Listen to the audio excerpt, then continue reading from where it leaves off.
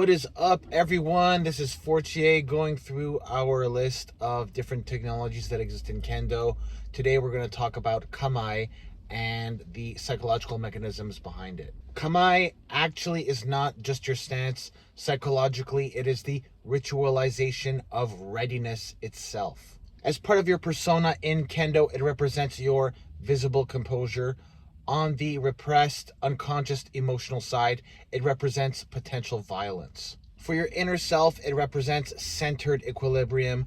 For your ego, it represents tactical agency. Kamae represents consciousness remaining stable in the presence of a threat. The practitioner is never supposed to collapse or attack impulsively from the Kamae position. This creates a form of integrated tension. For the ego, this is healthy in terms of learning pressure tolerance, centeredness, and instinct regulation. A strong Kamae would be represented with tension that is alive, not rigid or stiff, and actual awareness and groundedness, not intimidation theater through persona inflation.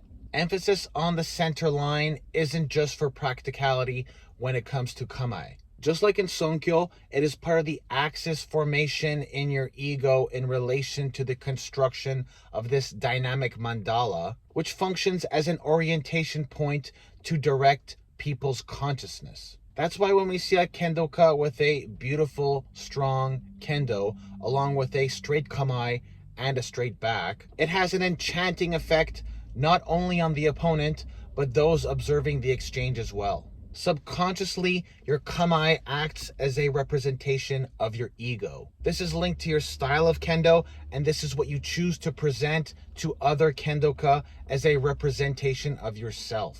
Your will, however, is represented through the shinai, and the shinai is a representation of a sword.